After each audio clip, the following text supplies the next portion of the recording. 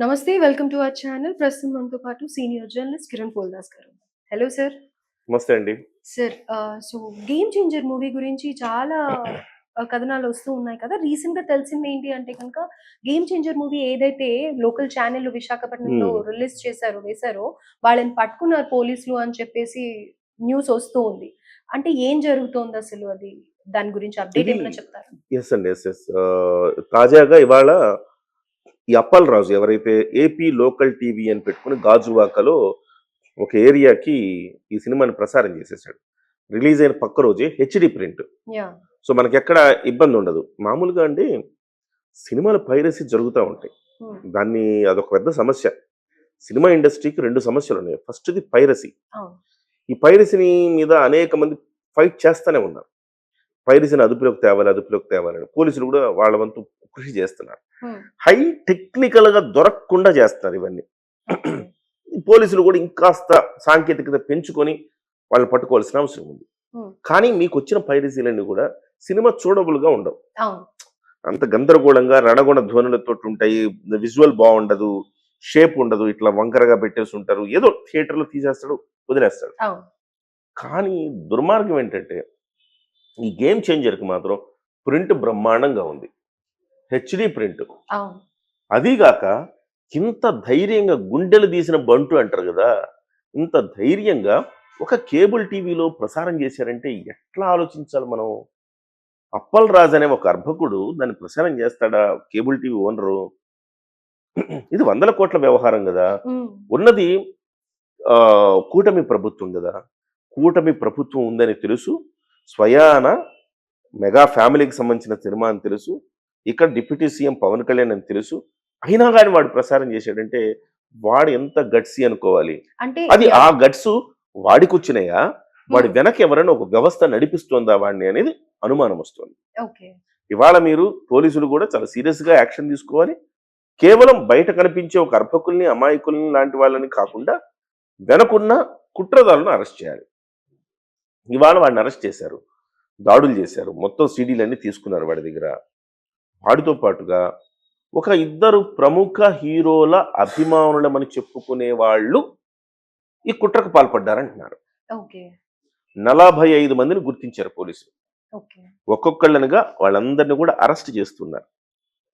తీయగలాగితే డొంక కదులుతుందన్నట్టుగా వీళ్ళందరినీ కూర్చోబెట్టి మంచి ట్రీట్మెంట్ ఇస్తే అసలు దొంగలెవరు? అసలు కుట్రదారులెవరనేది బయటకొస్తుంది.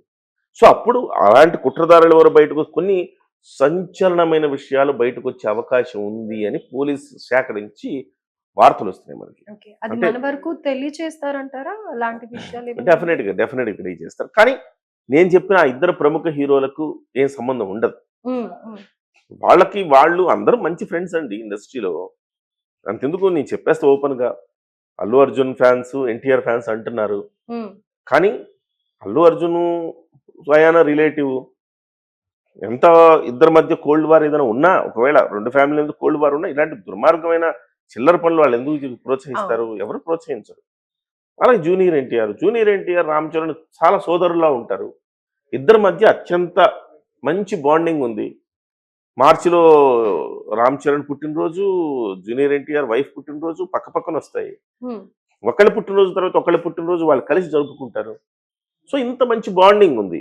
ఈ బాండింగ్ ఉన్న నేపథ్యంలో వాళ్ళకి ఇలా ఎలాంటి సంబంధం లేదు. సార్ ఒక్కొక్కసారి కానీ ఫాన్స్ దురభిమానం మధ్యలో కూడా రైవల్రీ వాళ్ళు క్రియేట్ చేసుకొని చేసే రైవల్రీ ఛాన్సెస్ ఉంటాయి. ఇదంతా వాళ్ళు క్రియేట్ చేసుకోవడమే రైవల్రీ తప్ప, ఇందులో హీరోలకి ఎలాంటి సంబంధం లేదు. వాళ్ళంతా మంచిగా స్నేహపూర్వకంగా ఒక కుటుంబంలాగా కలిసిమెలిసి ఉంటున్నారు.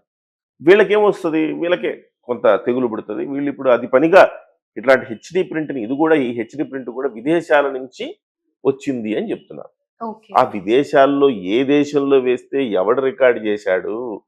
దాన్ని ఇక్కడి దాకా ఎలా వచ్చింది? ఎంతమందికి షేర్ చేశారు? ఎన్ని వెబ్‌సైట్‌లో పెట్టారు? ఆ వెబ్‌సైట్‌లో అడ్రెస్‌లేంటి? ఆ నిర్వాహకులెవరు? వీళ్ళందరిని కూడా ట్రేస్ చేయాల్సిన అవసరం ఉంది పోలీసులు. ఓకే.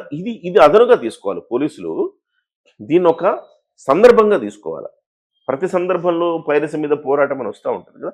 దీన్నొక సందర్భంగా వాళ్ళు తీసుకొని ఇన్ డెప్త్ విచారణ చేస్తే అసలు దొంగలు, కుట్రదారులు బయటపడే అవకాశం ఉంది. తద్వారా రెండోసారి సినిమాని ఈ రకంగా పైరసీ చేయాలంటే భయపడేలాంటి ట్రీట్మెంట్ వాళ్ళకి కావాలి. రైట్. చాలా పెద్ద క్రైమ్ కదండి.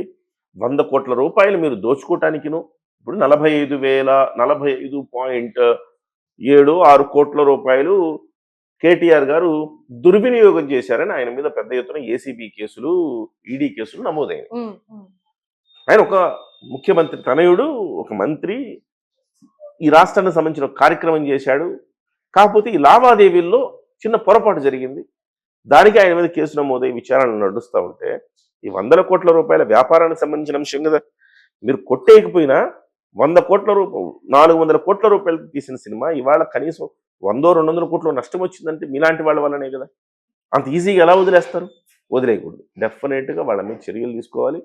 ఈ గేమ్ చేంజర్ అనే సినిమా సగం చంపేసింది వీళ్ళే. ఒక పైరసీ వాళ్ళు ఒకవైపు, రివ్యూస్ ఇచ్చిన వాళ్ళు ఒకవైపు, ఇద్దరు చంపేసే ప్రయత్నం చేశారు.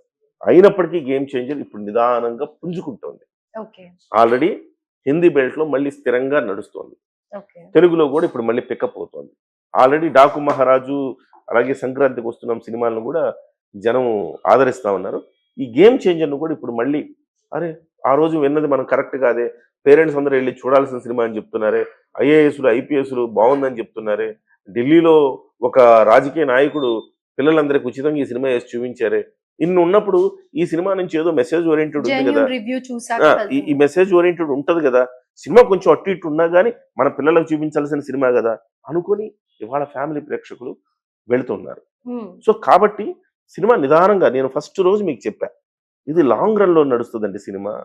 ఒక్కసారి ఇట్లా బ్లాక్ బస్టర్ హిట్ కొట్టకపోయినా, అట్లా కొట్టకపోయినా లాంగ్ రన్ లో నడుస్తా పోద్ది, స్థిరంగా పోద్ది అని చెప్పా. ఇదే జరుగుతా ఉంది ఇవాళ. ఖచ్చితంగా ఇది ఒక మంచి పరిణామం. గేమ్ చేంజర్ సంబంధించి అప్పల్ రాజుని వాళ్ళందరినీ కూడా అరెస్ట్ చేశారు.